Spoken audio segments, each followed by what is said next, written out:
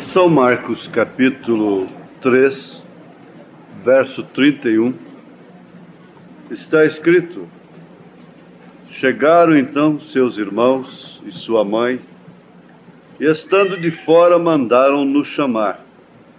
E a multidão estava sentada ao redor dele, e disseram-lhe: Eis que tua mãe e teus irmãos te procuram, e estão lá fora. E ele lhes respondeu, dizendo: Quem é minha mãe e meus irmãos? E olhando ao redor para os que estavam sentados junto dele, disse: Eis aqui minha mãe e meus irmãos.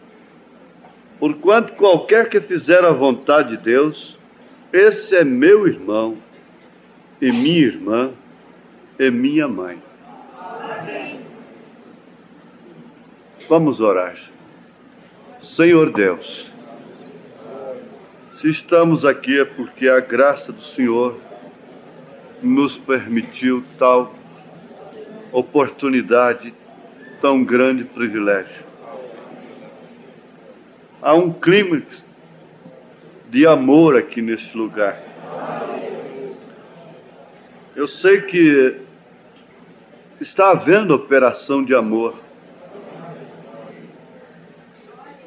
Eu sei que muitos de nós estamos sacrificando as nossas próprias opiniões, os nossos próprios direitos para o enriquecimento dos outros. E cada um, Senhor, está sentindo, até mesmo visitante, que aqui estamos na presença do Deus vivo. Amém. Onde podemos nos alegrar, glorificar, sorrir, mas também podemos chorar, podemos ficar aborrecidos.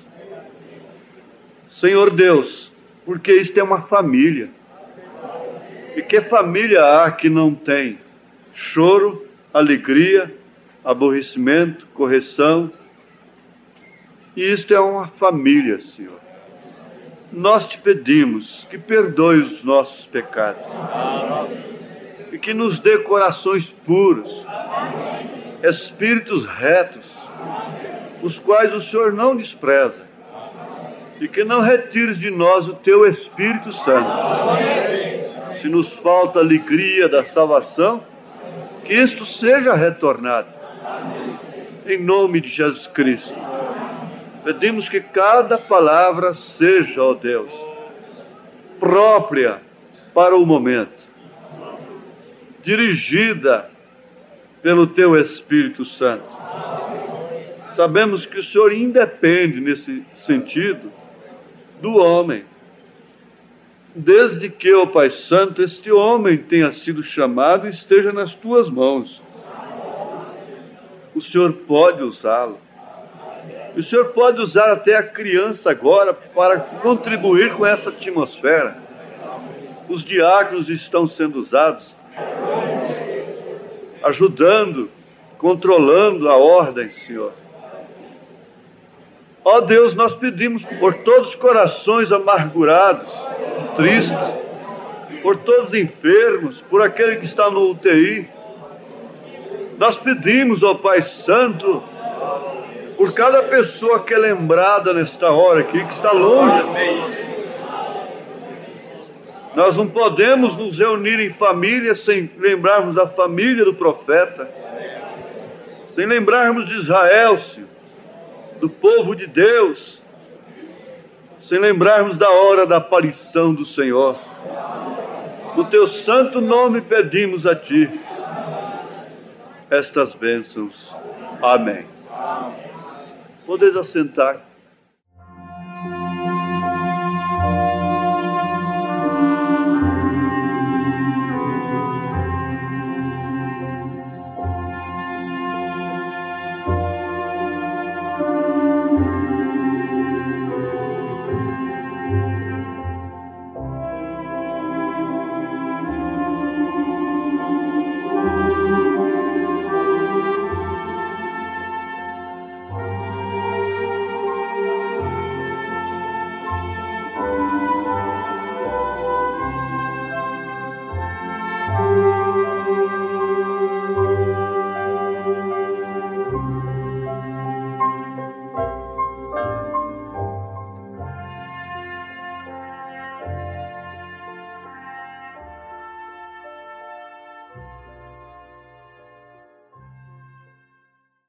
Amém.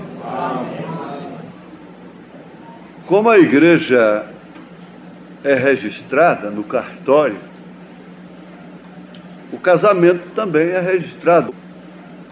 Como o casamento é registrado no cartório, a igreja também é registrada como pessoa jurídica para satisfazer a lei do país no cartório. Agora, não é propriamente o nome num livro do cartório, aquele compromisso, aquele documento lavrado num livro, tendo um extrato, um certificado na mão, que quer dizer casamento. Isto aí é um direito, uma autorização da lei para uma união consensual do homem com a mulher. Isso deveria existir e deve existir sempre, porque caso contrário nós teríamos uma baderna, não é? Assim também é a igreja, é o crente. Não é só por ter um nome num livro de igreja que a pessoa é um cristão. Não é só. Como o casamento não é só o documento. O casamento não é só a ação da igreja. O profeta chega a dizer isto, que não é aquele juiz que te casa, e nem tampouco aquele pastor que te casa. De todos os modos, o que te casa é uma revelação de coração para coração. É um amor que não pode ser explicado, porque não é propriamente uma paixão. O eros, que quer dizer paixão, porque o casamento feito, realizado através do eros, da paixão, é como uma casa edificada na areia. Quando vem os ventos, as tempestades, rui, cai por terra. Não permanece. Porque a paixão passa, o amor fica. Amém. O amor é imortal, mas a paixão passa. A paixão muda de lugar. A paixão muda de aspecto. A paixão muda de coração. A paixão é como uma borboleta. E depois de passar por uma flor, já quer experimentar outra. A paixão é assim. Mas o amor não. O amor é que faz, de fato, a união efetiva e faz do casamento a verdadeira instituição divina. Porque isto foi a primeira instituição na terra. Foi feita por Deus. Isso foi instituído por Deus. E ele falou isto de tal forma que, desde então, ela é carne de minha carne e ossos de meus ossos. Por isso, Adão tomou uma mulher que já tinha um filho no ventre. Ela tinha andado com a serpente, que era um animal ereto, que falava, inclusive, tinha faculdades para agir, para falar, era a mais astuta de todas as alimarias. É o elo que a ciência perdeu, que está entre o chimpanzé e o homem, porque a ciência diz que tem um elo perdido aí. Mas o profeta de Deus, meus queridos visitantes, este homem, que é o 7º anjo de Apocalipse, capítulo 10, versículo 7, Elias, que viria nos mostrar estas coisas, revelar o Apocalipse, um dos mistérios que este anjo revelaria seria a semente da serpente. Agora vocês hão de convir conosco, com a palavra de Deus, com a revelação, que, de fato, se Caim fosse filho legítimo de Adão, ele não poderia matar seu irmão. Porque Adão era uma criação original de Deus. Deus não podia trazer um homicida através de uma criação original, criado à sua imagem e à sua semelhança. Mas, em poucas palavras, você entende por que Deus permitiu que isto acontecesse e tirasse todos os ossos da serpente e ela fosse, então, comer pó, o pó da terra. O que ela está fazendo até hoje, destruindo o homem. Porque tu és pó, em pó has de tornar, porque tu és pó. E o serviço dela é justamente esse. Então, sendo do maligno, conforme São João disse, que Caim era do maligno, era um homicida. Teve que haver um primeiro ato de infidelidade. Isso foi da parte da mulher. Teve que haver um primeiro homicídio, primeiro crime. Agora, você sabe, tudo que tem princípio tem que ter fim. A infidelidade terá fim, o crime terá seu fim, o roubo terá seu fim, a injustiça, a mentira, tudo isso terá fim, porque teve princípio. A única coisa que não vai ter fim é a vida eterna. Então nós entendemos, por revelação divina, que Eva, quando recebeu Adão, ofereceu para ele do fruto proibido. Ora, se a árvore da vida é Jesus Cristo, a árvore da ciência do bem e do mal é quem?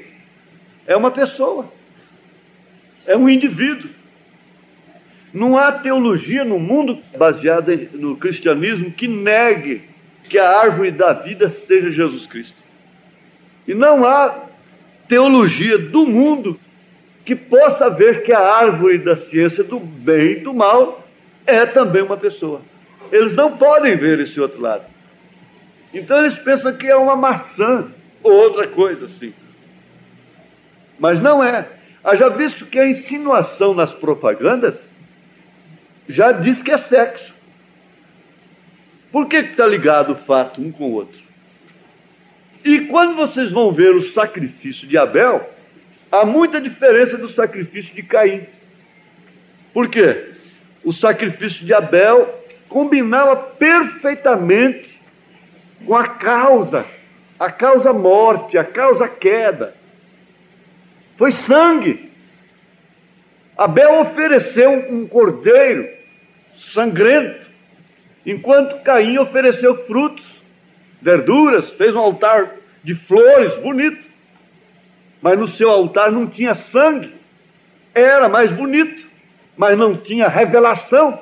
É a diferença que há hoje entre as igrejas e a mensagem desses profetas. A única diferença é Deus. A única diferença é que aqui há o sangue de Jesus Cristo. Não que nós não erramos, nós erramos, mas nós temos o sangue de Jesus. Não que Abel seria infalível, mas ele tinha a revelação do sangue. Essa é a única diferença. É Deus, é o sangue. A diferença lá no Egito, que poderia salvar o primogênito, era justamente isso, sangue nos umbrais da porta. Podia ser filho rebelde, podia ser o que for, mas se tivesse sangue de cordeiro na porta, não entraria a morte. Isso aí é a revelação do sangue. Os que não tinham a revelação do sangue, do cordeiro, naturalmente disseram: isso é bobagem de Moisés. Por quê? Por que isto? E para que isto? Mas eles passaram lá, e quem sabe primogênitos, muito mais honrados e melhores do que outros, morreram.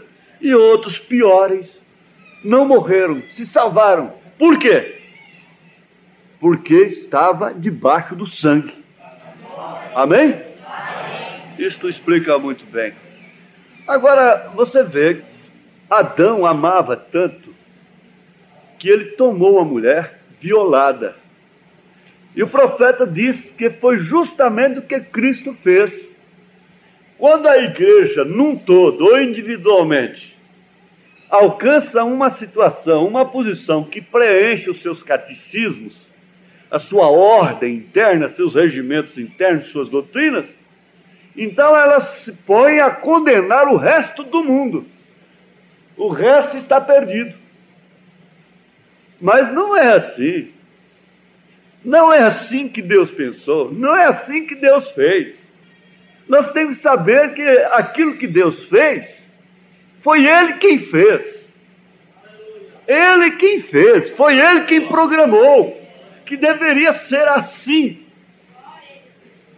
Agora, Adão amava tanto a Eva que sujeitou-se a perder o Éden por causa dela.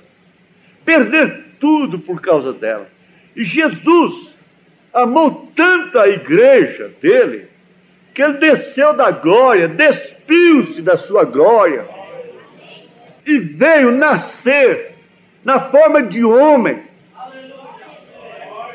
porque ele existia em morfe, mas teria que se transformar numa teofania, que seria uma manifestação em carne. E isto operou através do ventre de uma mulher. Agora, só com uma diferença, que quando Adão encontrou a Eva, recebeu a Eva como mulher, conheceu-a como mulher, vamos dizer melhor, teve relacionamento conjugal com ela, ela já tinha uma semente dentro do seu ventre, que era Caim. Agora, se tratando de Eva, que era uma mulher que nunca tinha tomado sorvete, nunca tinha comido açúcar, nunca tinha comido maionese, nunca tinha comido x-salada, não sei mais o que, só vivia da nutrição natural especial. Que mulher forte! Que ventre fértil! Então ela concebeu dessa forma. Adão, o primeiro Adão, recebeu-a, porque ele amava demais. Deus podia matá-la e dar outra disjuntora para ele, mas ele amava demais. O mesmo Jesus Cristo fez, só que quando Deus ocupou o ventre de Maria, não tinha outra semente lá dentro. Era virgem. Aleluia! Era virgem. A Virgem Maria. Mas vamos aqui. Não é o seu nome num livro de papel que te põe no corpo de Cristo. Não é alguém me considerando salvo que eu serei salvo. Não é o povo dizendo que eu sou falso que eu serei falso. Não é o povo dizendo que eu sou verdadeiro que eu sou verdadeiro. Não é o povo dizendo que eu sou eleito que eu sou eleito. Eu já respondi as duas versões. Uma dizia que eu sou um diabo. E a outra dizia assim, eu tive uma visão dizendo assim, o pastor Joaquim é um eleito. Todos dois são falsos. Tanto que diz que eu sou um diabo, quanto essa visão dizendo que eu sou eleito. Porque quando o irmão Brana esteve lá em cima, ele contou da sua visão, que ele foi lá em cima, e quando ele voltou, ele fez a pergunta pelo povo, irmão Brana, você viu o seu nome no livro? Ele disse, não, isso é por fé, eu não tenho que ver. Como você tem que esperar um sonho, uma profecia, dizer que o batismo em nome de Jesus Cristo é correto, sendo que isso está escrito na Bíblia? Lá tem Moisés. Eles queriam que alguém ressuscitasse para pregar de novo lá para os irmãos dele, aquele rico. Disse, não, lá tem Moisés. Moisés já tinha ido há muitos anos. Quer dizer, tinha mensagem de Moisés. Glória a Deus. A coisa é esta. Agora, isso aqui é fundamental para toda a nossa fé. É definição para toda etapa da nossa vida. Nascimento, crescimento, casamento, morte e tudo. Amém? Amém. Eu dividi isso aqui em 4 tópicos. Por isso, foi rápido assim. E talvez eu mude. Faça um zigue-zague assim, de uma hora para outra. De todos os modos que te casem. É isso. Não é a chuva de arroz. Vocês não fazem isso aqui, não é? Quando vai saindo, joga arroz no casal. Diz que é para ter abundância, não é? Arroz está caro, jogar. É difícil, né? Não é a chuva de arroz. Não é a pompa, não é o vestido. Não é o terno. Não é a pompa. Os casamentos caríssimos. Os casamentos que duram 8 dias. Os casamentos com lua de mel caríssima. E a sociedade. Festas e festas, noites e mais noites. Aquilo é uma chuva. Às vezes um sermão bonito, uma noite muito alegre, uma mensagem que você ouve, hinos. É uma chuva que está caindo numa terra seca às vezes. Mas uma coisa eu vi na natureza. A chuva na lavoura que está seca é bom. É a solução. Mas tem uma coisa, ela tem que continuar. Se ela não continuar, é pior. Ela mata a lavoura. Não pense então que você veio aqui receber uma chuva e continuar seco depois, que você vai morrer.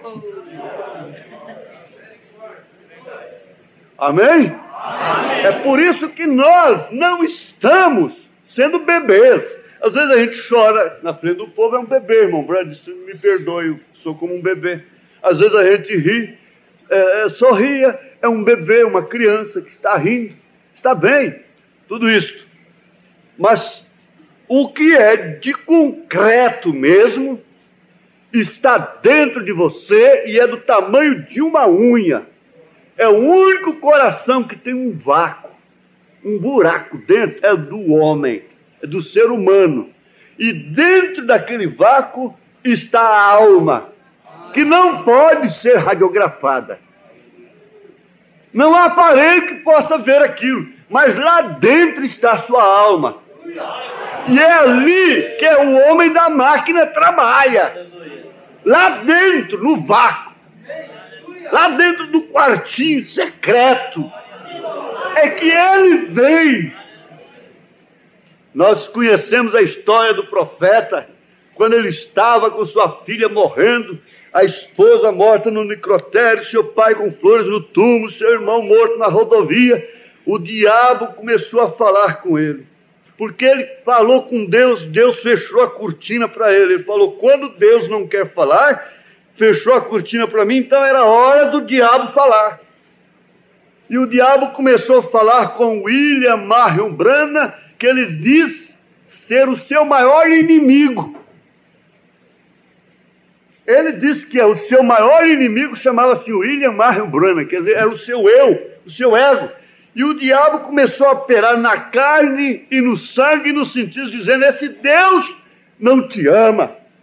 Você é tão fiel para ele, você ora e ele cura os cancerosos, ressuscita mortes de outras famílias, tira os outros do aperto. No entanto, aí sua filha morrendo, sua mulher morta, seu pai morto, seu irmão morto, seu filho morrendo ali atrás. Então esse William Branham, essa carne que não é divina, que eles querem fazer daquela carne uma coisa divina. Não havia ali divindade na carne William Marion Branham. Compreende? Porque então isso aí vai ser uma doutrina de transubstanciação. Seria Cristo na carne, sangue, unha, cabelo e tudo ali. E de fato ele foi uma grande e verdadeira hóstia para a igreja. Um verdadeiro pão para a igreja. Aleluia. Mas veja e entenda isto, que quando este exterior, a carne, o sangue, o afeto, a razão, a memória, o raciocínio, a visão, estas coisas concordaram com Satanás, Lá dentro tinha um que tinha que dar a última palavra. Você não pode dar um passo, se você é um cristão, antes disso lá dentro da última palavra. Pois bem, nós conversamos aqui, tratamos tudo, mas depende da palavra do meu pai, do acordo do meu pai. Nós estamos conversados agora, se meu pai concordar. Então vamos consultá-lo. Saiu de lá, pôs a cabecinha de fora, uma coisinha, uma fagulha do tamanho de uma unha. Disse assim: Satanás, Deus deu, Deus tomou. Vai-te! Vai, filhinha. Fechou os olhinhos dela, ela descansou da meningite. Depois ela, junto com a mãe, pôs lá no túmulo e disse: vai, eu entrego vocês. Há uma tumba aberta em Jerusalém, testificando que essa também será aberta. Será aberta. Aleluia.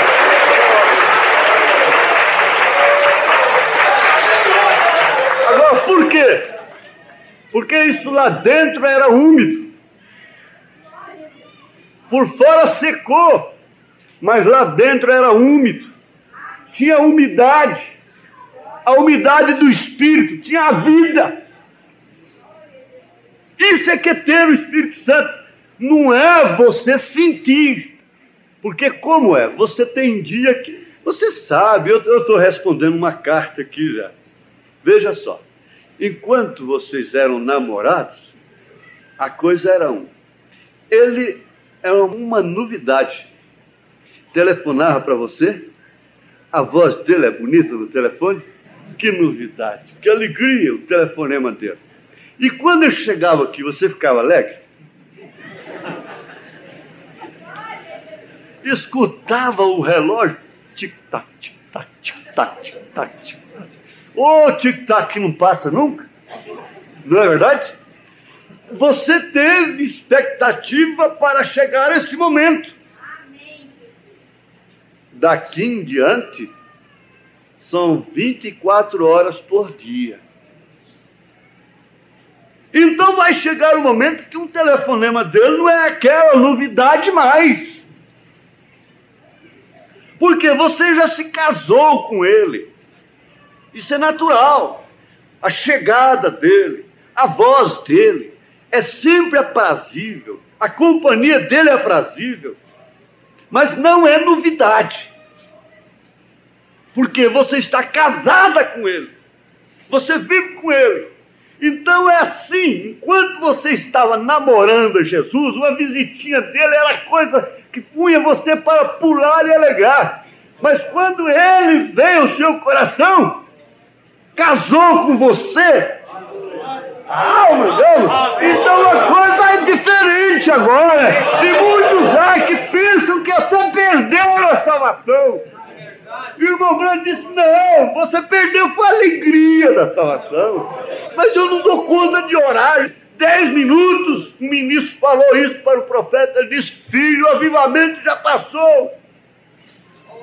Agora é que você está vivendo com Cristo. E Cristo vivendo em você.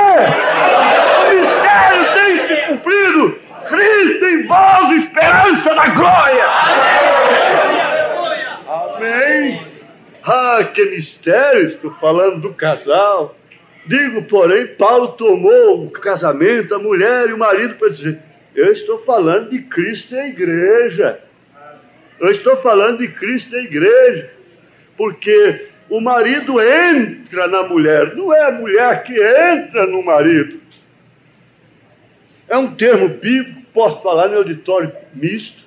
É o marido que entra na mulher. Não é a mulher que entra no marido. É Cristo quem entra no cristão, no crente. Como o cristão pode entrar em Cristo? Como a mulher pode entrar no marido? Vocês têm que entender em que sentido estou falando. Ora sim, por isso é que muitos fazem força e choram daqui, pulam dacolá, esforçam de todos os modos e não alcançam. Outros não fazem nada e têm. por isto.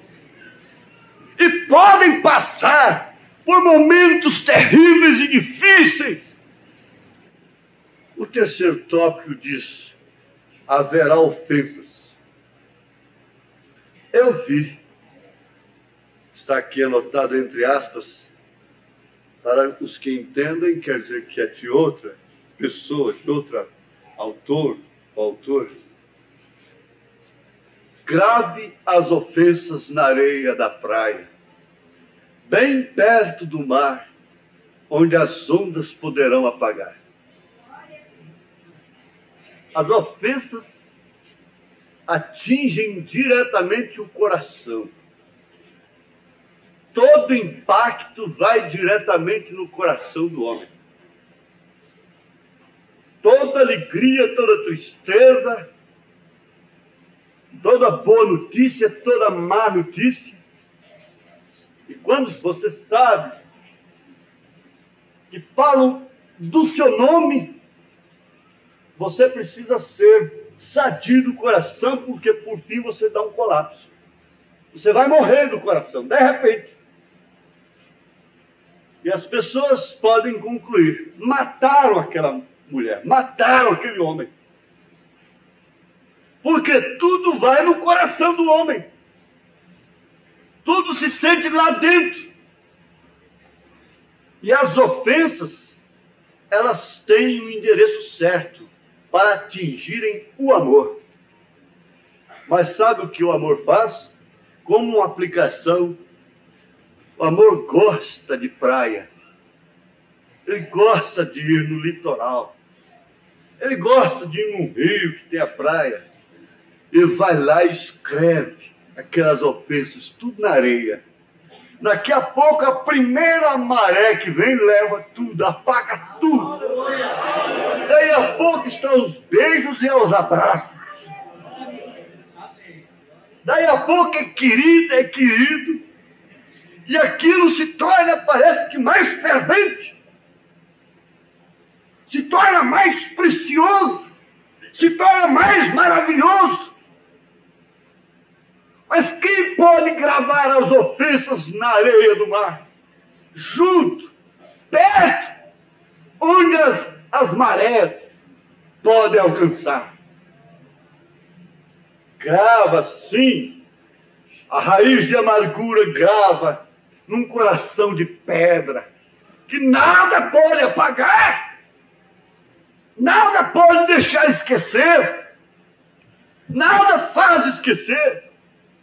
Mas o amor sai triste por ali, vai ver a aurora nascer, romper, lá formando assim aquele horizonte tão lindo, aquele crepúsculo da manhã ou da tarde, e começa a escrever, como Jesus, quando agachou, escreveu no chão.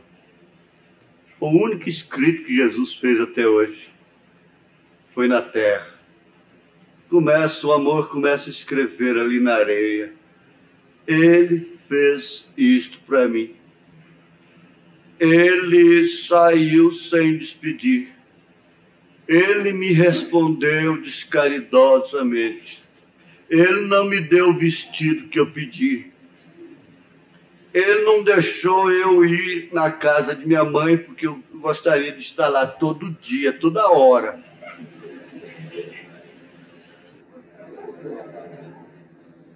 Que beleza! Grave as ofensas na areia da praia, bem perto do mar, onde as ondas poderão apagar, porque haverá ofensa. Igreja, quantas vezes uma família vai ofendida com o diácono, porque o diácono teve que agir com aquela criança? Igreja, você diz que nunca se ofendeu com Jesus Cristo, mas ofendeu-se com sua palavra, porque o pastor, o pregador, só está sendo usado pelo Espírito Santo quando ele está falando coisas que combinam com seus sentidos, que te honra, que te levanta os sentidos, que alimenta e nutre os seus sentidos. Mas o amor excede o entendimento. Então, quando o rapaz chegou e perguntou para o irmão Brano, eu quero me casar com aquela mocinha, o que tu achas? Ele disse, o que você acha dela? O importante é isso. Ah, irmão Brano, eu a amo tanto. Ele disse, você não pode viver sem ela? Não. Se você dá conta de viver sem ela, não te case. Experimente, vê se você vive sem ela. Não, eu não dou conta de viver sem ela. Então casa-te. Mas quando você estiver desgostoso com ela, mostre o seu amor para ela. Mostre que você a ama, é naquela hora que ela deu motivo para você ficar desgostoso. Então a mulher pega essa mensagem, crava com tinta vermelha e qualquer coisa. Eu errei, mas está aqui, ó. Eu vou mandar fazer um quadro de letras bem grandes e pregar isso aqui na minha sala. Para quando você chegar, que o almoço estiver atrasado, porque eu fiquei na vizinha conversando até tarde, você lê isso ali primeiro, hein? Não. Aí ele vira para o lado da igreja, para o lado de Cristo. Assim também é se você ama a Cristo. Se você ora, pede, ele não te atende, não fique desgostoso com ele, multiplique-se milhões de vezes, o ame mais ainda. Se ele não te atender, se ela não te atender, se ela não puder, se ele não puder, sim, o quarto passo viria para o incomum, porque disso aí faz o incomum.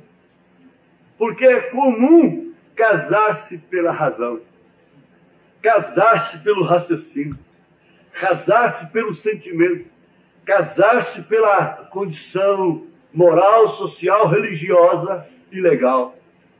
É uma coisa comum, é uma rotina. Mas isso deveria ser incomum. Olha, se você tem que ter inveja, é de um homem como William Marion Branham. Porque já velho, não, ele não era velho, quando morreu ele só tinha 56 anos, era jovem, não é? Vamos dizer assim, numa idade madura, né? De homem. Tinha muitos anos que ele tinha casado com a irmã Meda, e ela estava com cabelos brancos, e ele também, já com cabelos grisalhos. Então ele disse, você me ama no princípio? Ela disse, sim, mas eu te amo, se eu pudesse, eu poria você dentro de mim. Poria você dentro de mim. Agora você conhece as dificuldades que aquela mulher enfrentou. A razão dela enfrentou muitas dificuldades a ponto de ficar 40 dias fora numa campanha, chegar e ter que pegar sua vara de anzol e ir pescar. Eu diria para ele, irmão Brana, isso não está certo. Irmãos, nós temos o exemplo de um caso incomum. Isso está aqui na mensagem. Vimos a sua estrela e viemos adorá-la. Este caso sempre me chama a atenção. Esse caso é um caso de ser lembrado sempre. O profeta disse que enquanto ele pensava estas coisas, que a Maria era inocente, mulherzinha, aquela mulherzinha era tão pura como um lírio, e pensava José, eu quero crer nela, mas eu não sei o que fazer, porque ela está grávida. O casamento era pela palavra. E ela já tinha dado a palavra para ele, só faltava se juntar. Então, ele começou a pensar, ela é pura. Isso é José. Tem a outra mensagem aqui, ó, para seu descanso, que ele diz assim, irmão Brando, diz, Deus sabe o que há no homem. José não sabia, mas Deus sabia. Mas ele tinha, como um homem justo, a capacidade de avaliar o caráter da moça. A coisa era incomum, era difícil de ser compreendida, não podia ser entendida e nem tampouco aceita. A coisa era impossível. Mas ele pensava, ela é pura, eu quero crer nela, mas é tão difícil, eu não sei o que fazer. E ele sofreu demais com aquilo, ele perdeu o sono, ele se acabou, ele emagreceu, ele ficou atordoado, não se sabe como aquele homem não ficou louco. Enquanto ele pensava sobre estas coisas, ele estava disposto então a deixá-la em secreto. Ele disse, eu não causarei nenhum grande distúrbio sobre isto. Porque ele sabia que se ele fosse cumprir a Bíblia com ela, ela seria entregue a Satanás, seria apedrejada. E com razão, porque a lei mandava, a Bíblia mandava. Aí que está a coisa. Então o que aconteceu? Ele disse, eu não causarei nenhum grande distúrbio sobre isso. Agora recordem, ele não havia feito o juramento ainda, mas ele estava desposado. Mas ele a deixaria em secreto. E enquanto ele estava pensando nestas coisas, deixá-la assim secretamente, para não infamá-la, porque ele era justo, e ele não podia infamar a ninguém, mesmo que ela fosse uma ímpia. Bem, isto foi de sua sã consciência. E Deus não lhe dava nenhuma importância. Deus não estava incomodando com o seu sofrimento. Bem, ele era simplesmente um homem, e um bom homem. Deus devia ter primeiro avisado para ele, ou então falado, José, chama Maria lá. O anjo falava, chama Maria. Eu tenho uma mensagem de Jeová, do Senhor dos Exércitos, para vocês dois. Entregar a mensagem para ela na vista dele. Mas Deus não fez isso. E deixou o pobre do velho sofrendo. Parece que até gostava de brincar com os sentimentos dos outros. Que coisa difícil. Bastava um sonhozinho, então, logo. Irmão, irmã, deixe-me dizer isso. Se você é justo, como José, se você é honesto em seu coração, então Deus está obrigado a revelar a coisa para você. Deus está obrigado a revelar até os 7 trovões para você. Se você é honesto, não é se você é sábio e inteligente, mas se você é honesto de coração, sincero de coração, se você não se enreda, Deus é obrigado a revelar a coisa para você. Está certo? Está respondendo alguma coisa, pastor? Isso aqui responde alguma coisa? Se você é honesto em seu coração, então Deus está obrigado a revelar a coisa para você. A coisa que vive coçando, futucando. Basta você ser honesto em seu coração, ser justo. Basta você não ser difamador. Basta você não ser maledicente. Basta você ser o que você deve ser dentro do seu âmbito, dentro da sua capacidade humana. Basta você ser comedido, basta você ser honesto em seu coração, então Deus está obrigado a revelar a coisa. Aquela coisinha, aquela coisona, a coisa para você. Primeiro, trate-se, defina-se de ser honesto, sincero de coração e não se enredar. Falta daqui definido nesse sentido. E o resto Deus fica obrigado. Isso é assim diz o Senhor. Isso não é assim diz Joaquim. Isso não é assim diz Davi. Isso é assim diz o Senhor. Seja honesto no seu coração e justo, e Deus está obrigado a revelar a coisa a você.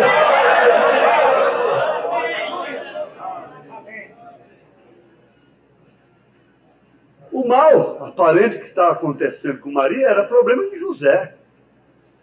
Quem deveria assumir era ele. Aceitar ou não era problema dele. Você vê, um raciocínio natural e até bom solucionaria o problema daquele homem e livraria Caifás e Anás de matar o menino e perseguir o menino. O que é a história dessa menina? Ela está dizendo que um anjo apareceu para ela e disse assim, assim, assim. Vamos ver a Bíblia? Uma virgem conceberá. Aí então nós vamos pular, eles iam pular. É verdade, é uma virgem que concebeu. Essa é a mecânica, essa seria a razão, essa seria o raciocínio religioso, social, moral. Você não pode julgar escolhidos de Deus. Você não pode julgar uma escolhida de Deus.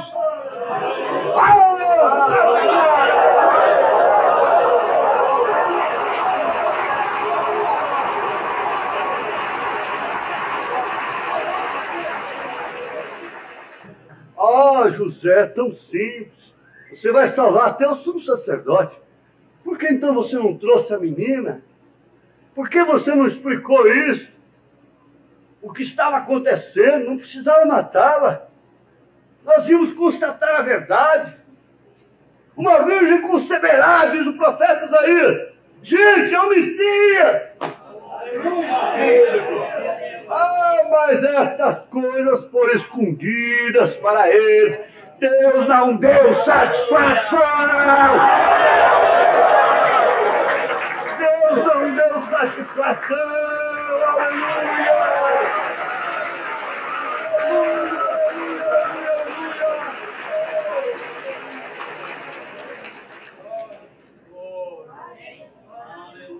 Ei, glória a Deus! Basta ser justo e honesto de coração. Eles estão obrigados, porque a coisa ficou em comum. O casamento não foi um casamento natural, foi um casamento espiritual. Não vai me depois escrever dizendo que eu estou pregando casamento espiritual. Foi um casamento espiritual, na verdade. Isso quer dizer, foi um casamento fora do espírito social, religioso, mundano, fora da pompa religiosa, fora da credibilidade social do dia. Foi a coisa mais difícil que uma moça já enfrentou na terra. Ela teve que fugir e ir embora para as montanhas. Quando chegou lá, encontrou uma outra coisa em comum. Encontrou uma outra fugitiva. Essa ficou grávida depois de velha. Estava virando um provérbio entre o povo. Zacarias, vamos embora uns dias para a montanha. Eu não aguento mais, eu velha, grávida. O povo está rindo de mim. Vamos para lá, vamos. Vamos correr do julgamento. Vamos fugir dos sacerdotes que deveriam nos dar mais apoio nesta hora. Vamos fugir da família. Vamos fugir de todo mundo que interroga, que pergunta. Vamos cortar o fio do nosso telefone com eles. Amém! Glória a Deus! Vamos cortar o fio com eles. Deus chegou para Abraão e falou, corta o fio. Corta o fio. Sai de Ur e corta o fio. Queima a ponte. Queima a ponte para você não voltar. Não tem jeito de voltar atrás. E ela foi. Isabel estava grávida. Só que o menino estava inerte, morto. E quando Maria chegou lá fugindo assim, porque ela não estava aguentando mais. O tratamento pré-natal dela foi angústia, foi sofrimento. O tratamento pré-natal dessa igreja, o que está dentro dela? Ela é uma porca, mas está cheia de leitãozinhos? Não! O que é que está dentro da igreja? O que é que está dentro da noiva escolhida de nosso Senhor Jesus Cristo, da esposa do Cordeiro? Sem sensação, sem emoção, Maria concebeu. E há muitos tristes, porque não sentem aquela mesma emoção de antes. Não sentem aquela mesma sensação de antes. E um dos segredos que o sétimo anjo veio revelar foi justamente o batismo do Espírito Santo sem sensação. É o batismo de Abraão, morrendo cada dia que passava. Isso não é apoiando ignorância, pecado, mentira, seja o que você pensar. Mas, na verdade, ele ia morrendo cada dia que passava. Sua mulher ia secando cada dia que passava. E nós somos filhos de Abraão. Aleluia! Levi deu dízimos nos lombos de Abraão. Sofreu com Abraão. Venceu com Abraão. Lutou com Abraão. Esperou com Abraão. A igreja espera. A igreja luta da mesma forma. E Maria, então, foi para as montanhas. Ah, que encontro de duas mulheres, diferente de determinados encontros. Ah, que encontro diferente. Ah, que coisa, que visita diferente. Quando Isabel saiu ao seu encontro, abraçaram as duas. Maria se tornou numa voz. Maria era uma voz naquela hora. Ao ouvir a voz de sua saudação, o menino saltou na sua barriga, na barriga de Isabel, João Batista. E Isabel creu. Isabel não censurou a Maria. Isabel não fez pergunta.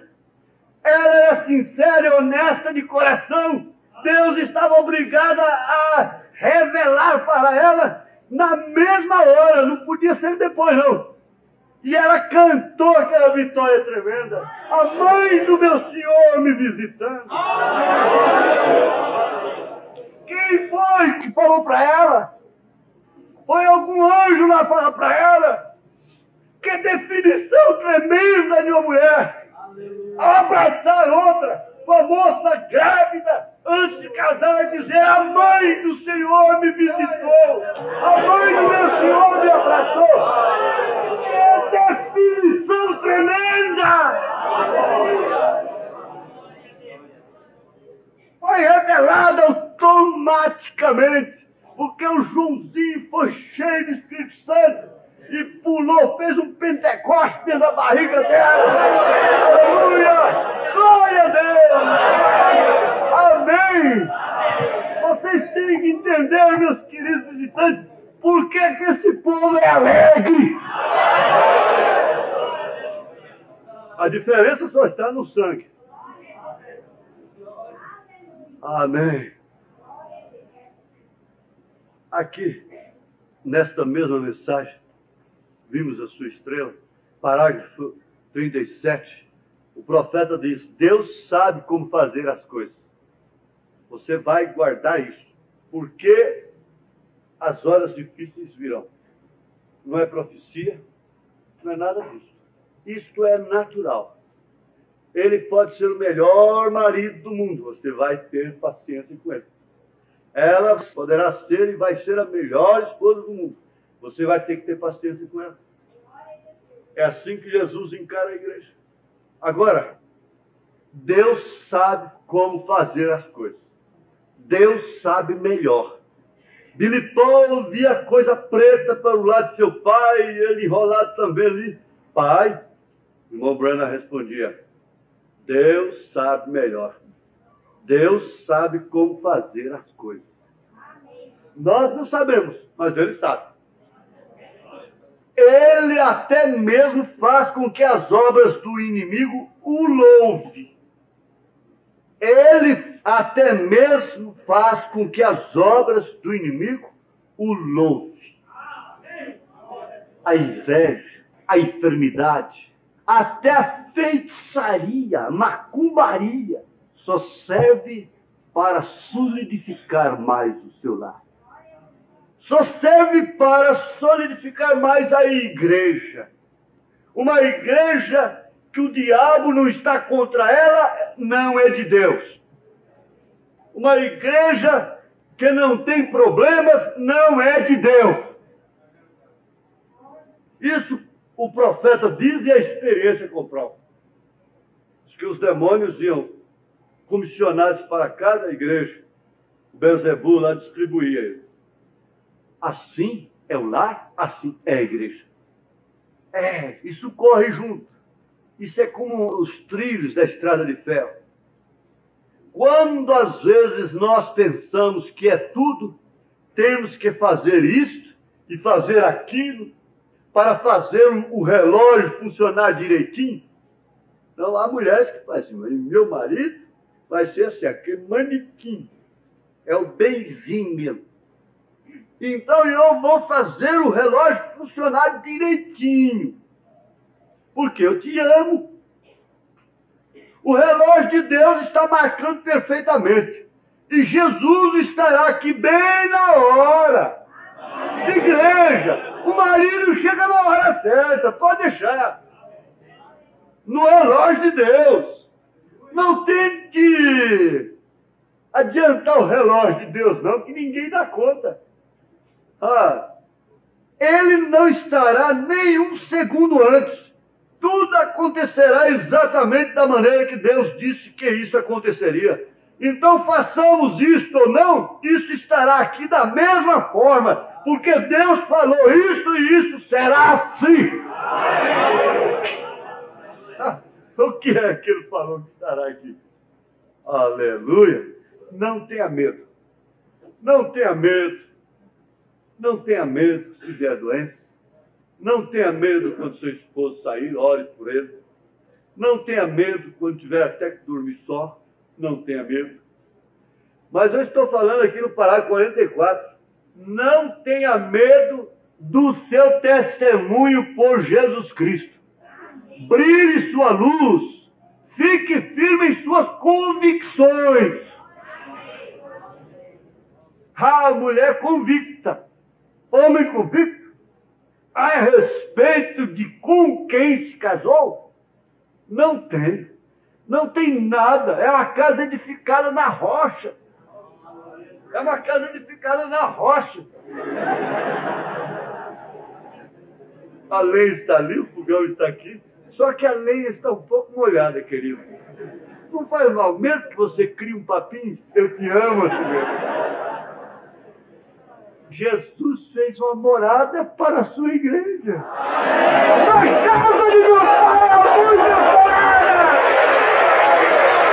E nós vamos preparar lugar. Se não fosse assim, eu não vos teria dito. Se não fosse dessa forma, não estaria escrito no castório divino, no livro de São João, capítulo 14. Vamos preparar lugar. Casa de ouro. Numa cidade de Jaffe, luzente. Sem fogão. Sem dor. Sem lágrimas. Isso é verdade? O que é que estamos esperando? Isso é um dom meu? Estamos iludidos com isso aqui? E esperar isso?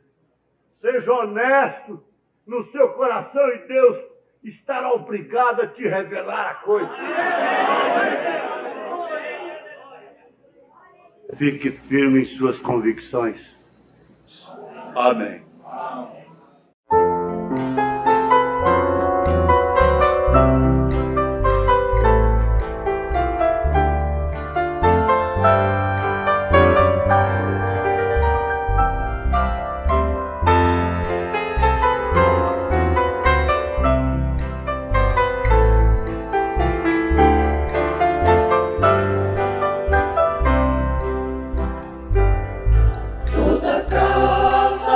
É uma igreja, um pedacinho dos céus que Jesus veio abençoar, onde o amor de Deus mais importante junto à paz constante, nunca terminou. Construída sobre uma grande rocha, a coluna principal é o Senhor, com janelas sempre abertas para os céus, sem negras cortinas para entrar a luz divina. Igreja de Deus, em forma de lar, toda a casa do cristão é um pedacinho do céu que Jesus veio abençoar.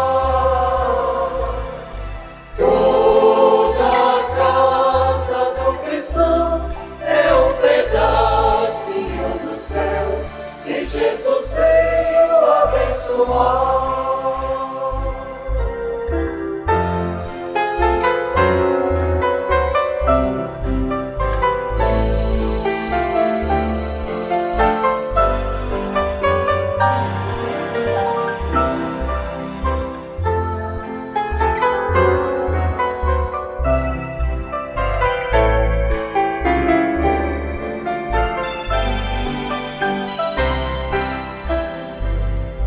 Muitas vezes esta casa é abatida pelas fortes tempestades, querendo desmanchar. E parece que tudo está perdido e de vez já foi vencida, não há o que consertar. Mas aos poucos tudo vai se refazendo pela força e o poder do nosso Deus. O Senhor que pelas nossas almas vela, seu amor em nós revela, socorrendo-nos do céu. Igreja de Deus, em forma de lar, toda a casa do cristão é um pedacinho do céu que Jesus veio abençoar.